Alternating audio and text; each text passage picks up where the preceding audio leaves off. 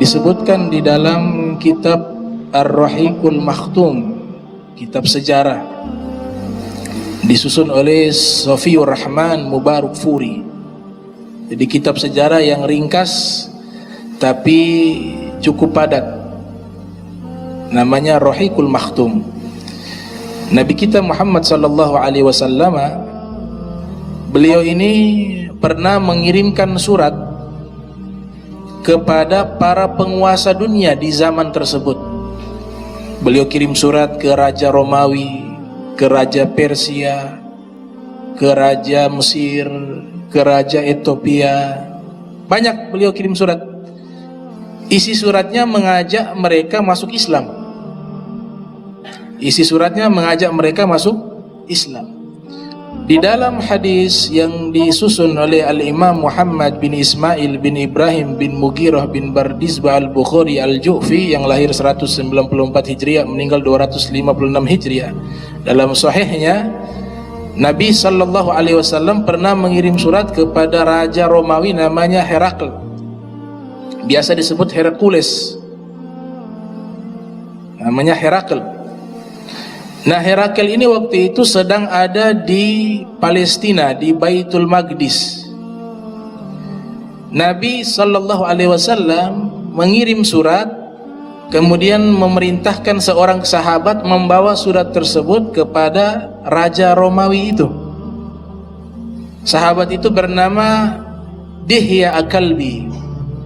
Nah, Dihya Al-Kalbi disebutkan oleh Al-Imam Al-Mizi, seorang ulama besar, ahli biografi sahabat dan para ruwat, para periwayat hadis, namanya Imam Al-Mizi. Imam Al-Mizi ini belajar kepada Imam Nawawi, murid terbaiknya Imam Nawawi, ya, salah satu murid terbaiknya Imam Nawawi namanya Al-Imam Al-Mizi.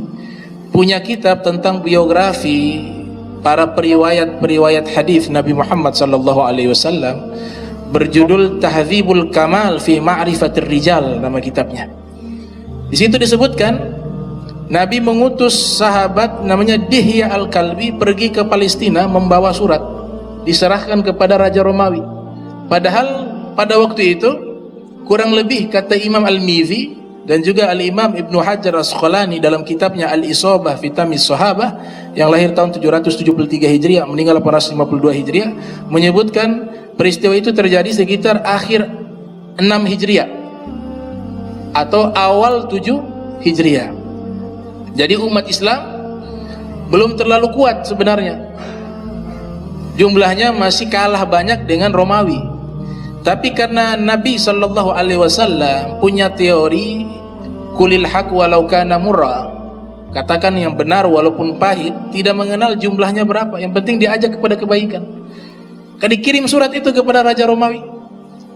Dihya Al-Kalbi ini menurut Al-Imam Al-Mizi dan Imam Ibnu Hajar Asqalani berdasarkan riwayat pernah menyatakan Nabi sallallahu alaihi wasallam wajahnya mirip Nabi Isa. Ini sahabat yang bernama Dihya Al-Kalbi ini wajahnya mirip dengan Nabi Isa alaihi salam.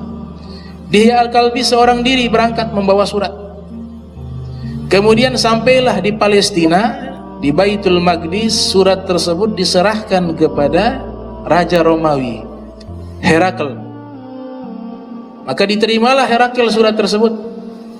Kemudian karena surat tersebut berbahasa Arab, Herakl ini tidak bisa bahasa Arab, tapi punya mutarjim, penterjemah ada. Maka surat tersebut diserahkan kepada penterjemah untuk dibacakan isi suratnya Nabi Muhammad sallallahu alaihi wasallam. Maka dibacakan isi suratnya, luar biasa. Pertama diawali Bismillahirrahmanirrahim, selalu diawali dengan Bismillahirrahmanirrahim, dengan menyebut nama Allah yang Maha Pengasih lagi Maha Penyayang. Lihat tawadunya Nabi Muhammad. Rasulullah tawadu, rendah hati. Bismillahirrahmanirrahim min Muhammad ibn Abdillah. Tidak disebut dari Nabi Allah atau dari Rasulullah, tidak. Tapi Nabi tulis suratnya, ini kan Nabi diktekan, sahabat yang tulis. Nabi diktekan, sahabat yang tulis. Artinya itu dari Nabi. Nabi sebutkan dengan menyebut nama Allah yang Maha Pengasih lagi Maha Penyayang. Ini surat dari Muhammad, putranya Abdillah. Tidak disebutkan dari Rasulullah, dari Nabi Allah. Tidak. Kenapa? Ini sifat tawadunya Nabi Muhammad. Beliau rendah hati. Beliau orang yang rendah hati, tidak gila hormat. Maka Nabi mulai surat Bismillahirrahmanirrahim, min Muhammad ibni Abdillah, dari Muhammad putranya Abdillah. Subhanallah, akhlak luar biasanya lagi. Setelah menyebut nama beliau Muhammad putranya Abdillah, beliau katakan ila Herakl azimir Rum, kepada Herakl sang penguasa orang mulia bangsa Romawi. Luar biasa, masih belum terima Islam, masih Nasrani. Nabi muliakan untuk Nabi Muhammad bin Abdillah, kepada yang mulia, yang agung, penguasa Romawi Herakl. Akhlak. Karena ajaran Nabi Muhammad sallallahu alaihi wasallam mengajarkan memuliakan siapapun, apalagi pemimpin walaupun non muslim. Anzilun nasa manazilahum, posisikanlah manusia sesuai pangkat mereka. Selama mereka pemimpin yang baik, yang ada kebaikannya, maka Nabi akan berikan penghormatan kepada mereka. Itu suratnya, tercatat di dalam kitab-kitab sejarah dan dalam kitab Sahih Bukhari.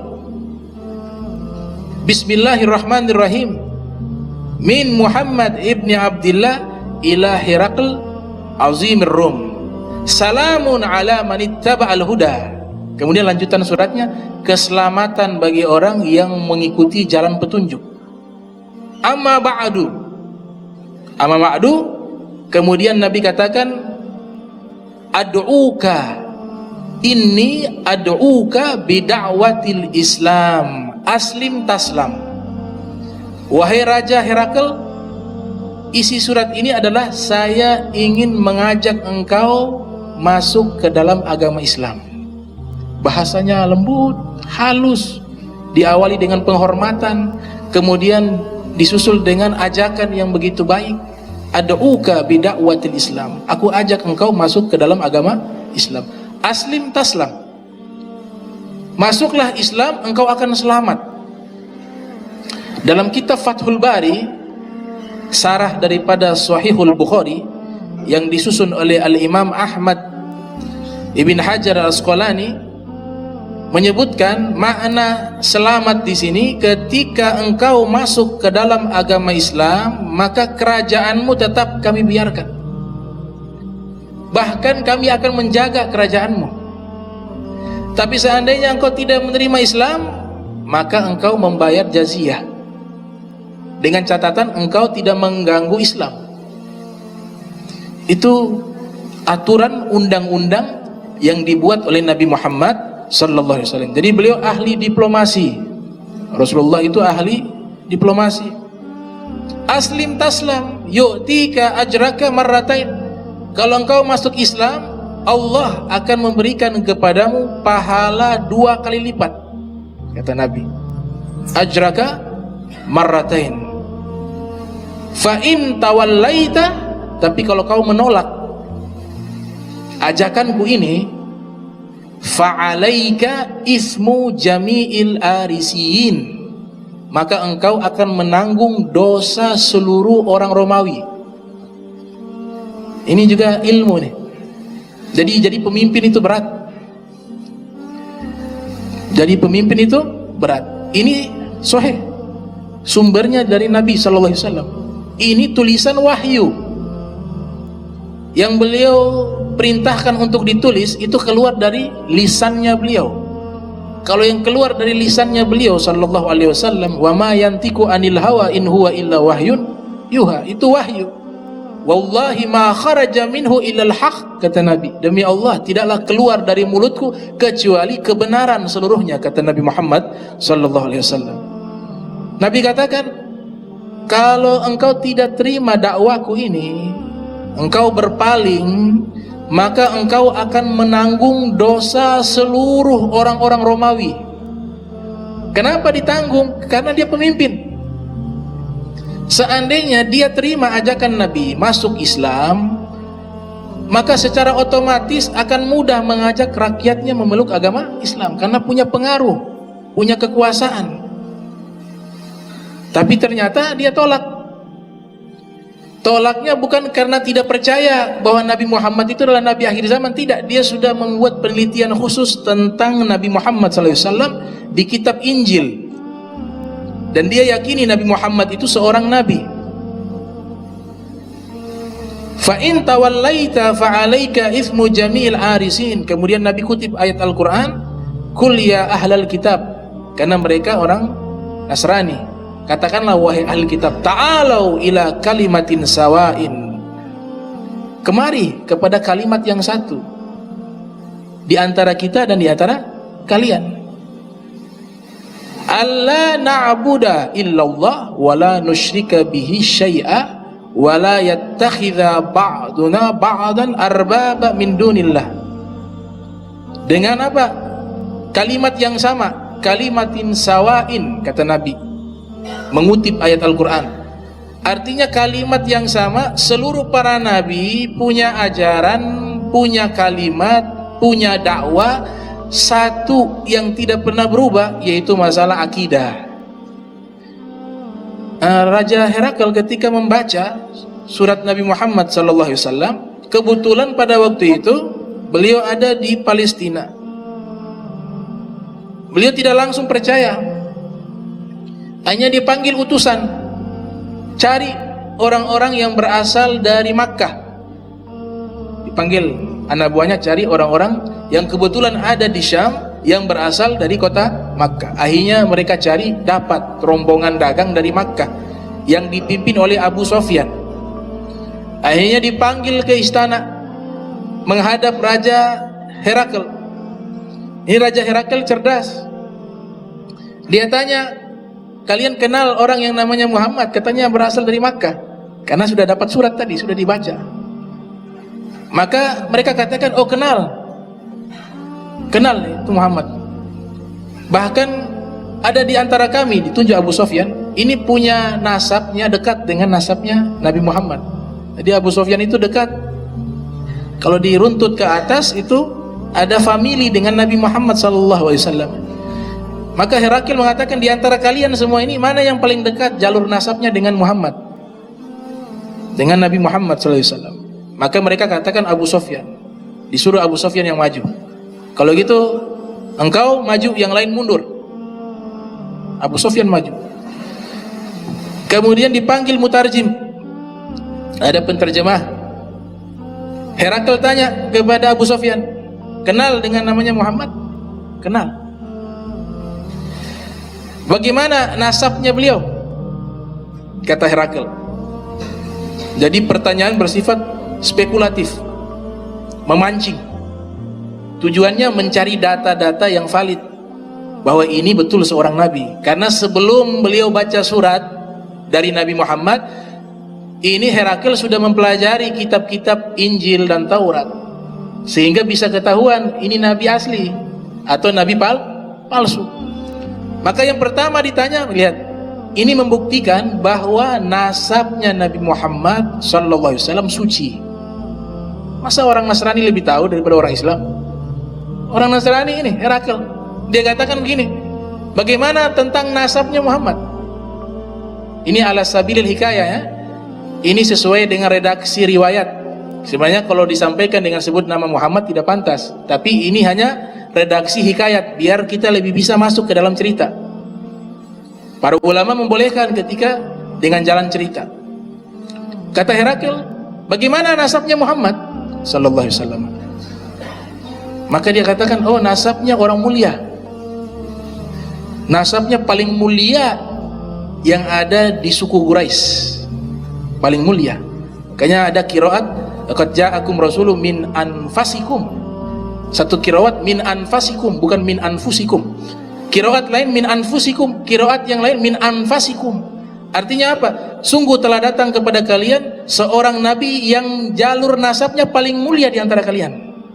Min anfasikum.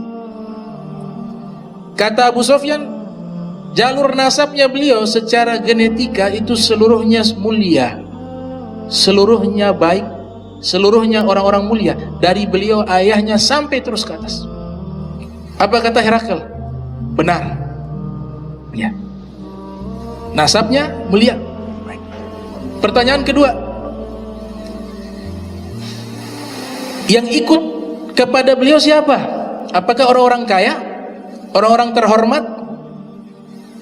Maka Abu Sufyan menjawab, yang menjadi pengikutnya ketika ia mengajak kepada agama barunya, ya ini orang-orang lemah, du'afa, para budak, orang-orang fakir, orang miskin. Ini dianalisa nih sama Herakl. Dia mau komparasikan dengan data-data di kitab Injil. Pertanyaan ketiga, apakah dia punya ayah, kakek, buyutnya ada yang seorang raja? Maka Abu Sufyan menjawab, oh gak ada. Dia punya leluhur tidak ada yang jadi raja, tapi mereka orang-orang mulia. Oke, sudah 3 pertanyaan. Yang keempat, apakah kalian mendapati biografi kehidupannya? Pernah berdusta? Pernah berbohong?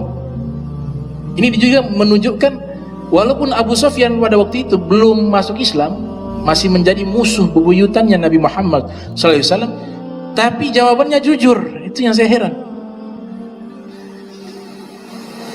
Memang karakter orang-orang Quraisy itu punya sifat jujur walaupun musuh.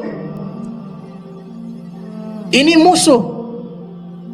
Bagaimana kejujuran Nabi Muhammad yang seorang nabi yang membawa akhlak, itu kejujurannya, itu satu kata pun tidak ada yang keluar dari kebohongan. Kata Abu Sufyan, ia jujur, tidak pernah berdusta. Oh, Herakl sudah dapat data-data informasi tentang Nabi Muhammad SAW. Kemudian yang kelima, yang saya mau tanyakan, yang dia ajarkan itu apa? Ajaran yang ia bawa itu apa? Maka Abu Sufyan mengatakan, dia mengajarkan kita untuk beribadah kepada Allah, Tuhan yang tunggal. Mengajarkan kita silaturahmi, saling kasih sayang, tolong menolong. Semuanya kebaikan, kata Abu Sufyan. Oh, begitu. Kemudian kata Herakl, dari semua pertanyaan ini dia katakan, benar, itu seorang nabi, kata Herakl. Ini data-data ada di kitab kami. Saya tanyakan nasab yang pertama karena tidak ada seorang nabi melainkan nasabnya suci dari awal sampai akhir. Dan tadi engkau telah jelaskan benar. Dari sisi nasab benar dia seorang nabi. Kemudian saya tanyakan, ya, pengikutnya siapa? Engkau jawab orang-orang lemah, orang-orang fakir, para budak. Memang pengikut para nabi itu kebanyakan orang-orang seperti itu. Saya tanyakan yang ketiga, apakah dia punya kakek, punya ayah, punya kakek buyut, ada yang seorang raja? Engkau menjawab, tidak ada. Maka ini benar dia seorang nabi. Kalau seandainya ada kakeknya seorang raja, kemudian dia membawa ajaran baru, pasti ada tujuan untuk bisa mendapatkan jabatan raja kembali. Tapi kan tidak. Kemudian yang keempat, saya tanyakan, apakah pernah ia berdusta, berbohong? Engkau menjawab tidak pernah. Memang para nabi itu kepada manusia saja mereka takut berbohong, bagaimana kepada Allah? Kata Herakl.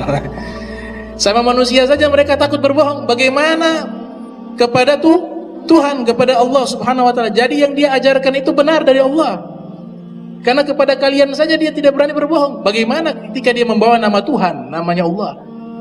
Maka pasti dia seorang nabi. Kemudian yang kelima, saya tanyakan, ajaran apa yang dia bawa? Ini ajaran-ajaran ini hampir sama dengan ajaran nabi-nabi terdahulu. Hampir sama dengan ajarannya Nabi Isa, kata Herakl. Kemudian Herakl tutup kalimat yang luar biasa. Seandainya saya mampu Seandainya saya mampu meninggalkan tempat ini dan jabatan saya akan pergi menemui Nabi kalian Muhammad, dan saya akan mencuci kedua kakinya. Ini mencuci ini bahasa kiasan, artinya menjadi pelayan, menjadi pembantu. Dia sudah tahu ini kebenaran. Dia tahu Nabi Muhammad seorang nabi. Ternyata hampir sedikit dia terima itu hidayah. Pengikut-pengikutnya, pejabat-pejabatnya mengatakan, kalau kau pergi masuk Islam nanti jabatanmu hilang. Ini jadi raja, nanti jadi bawahan. Rajanya Muhammad. Bagaimana? Ini syaitan ada di mana-mana. Digoda Herakl. Maka Herakl akhirnya hanya membalas surat Nabi Muhammad, tapi tidak menyatakan keislaman. Di dalam surat Herakl balasannya itu mengatakan bahwa ini surat dari Herakl ila Ahmad, Rasulillah, kepada Ahmad utusan Allah. Jadi ada pengakuan dari Herakl, tapi tidak diikuti dengan tindakan, hanya lisan saja, tindakannya tidak. Dan dia katakan kepada Abu Sufyan, kalau benar apa yang kau jelaskan tadi, maka saya pastikan beliau itu seorang nabi, dan nanti tempat yang saya injak ini, yaitu Baitul Maqdis, akan menjadi tempat kekuasaannya.